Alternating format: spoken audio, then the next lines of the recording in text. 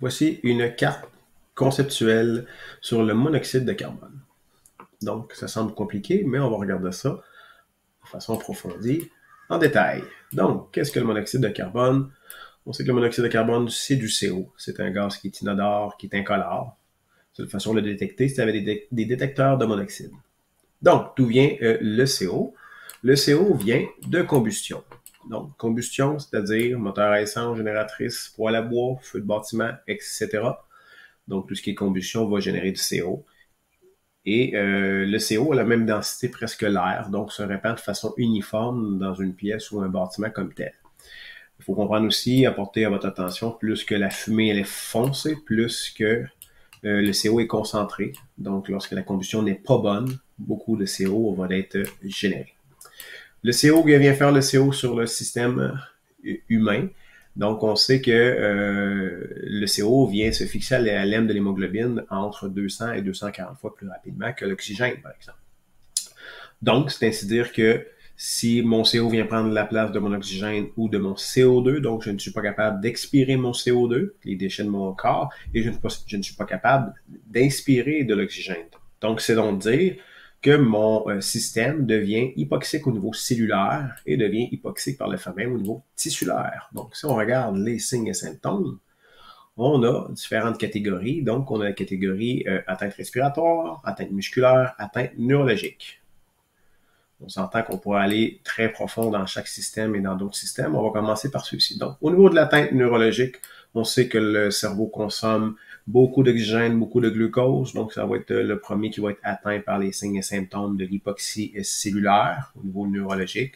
Donc, on peut rapidement comprendre que des céphalées, des nausées, des vomissements, des faiblesses, de la confusion, conscience qui peut être altérée, syncope, mauvaise coordination et autres vont être des manifestations assez rapides au niveau neurologique comme tel.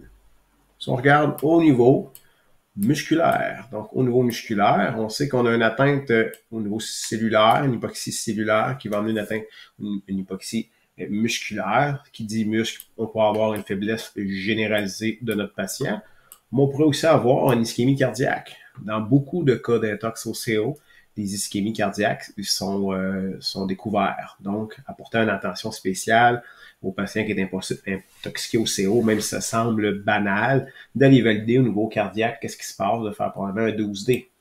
Donc, des rythmes qui peuvent être présents au niveau du patient qui est intoxiqué au CO. Donc, le flotteur, la FA, la FV et la TV, qui sont vraiment des causes complications là, au niveau cardiaque comme tel et au niveau de l'infarct aussi que notre patient peut présenter. Si on va regarder au niveau respiratoire, donc on va élargir un petit peu la schématisation, parce qu'au niveau respiratoire, il y a deux cercles dans tout ce contexte-là. Donc, on a l'atteinte respiratoire, votre patient va développer une tachypnée.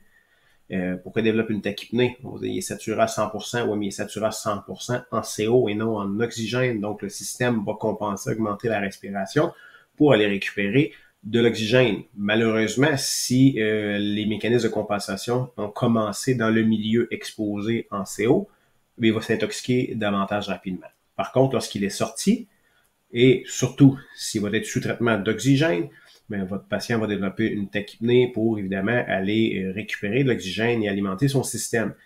Donc, l'objectif, c'est de remonter la flèche, d'aller resaturer mon hémoglobine en oxygène pour aller atténuer mes signes et symptômes. Donc, au niveau respiratoire, on va remonter ici, resaturer à 100% et venir atténuer nos signes et symptômes. Donc, le traitement oxygène, c'est le traitement, même au niveau hospitalier, de l'oxygène.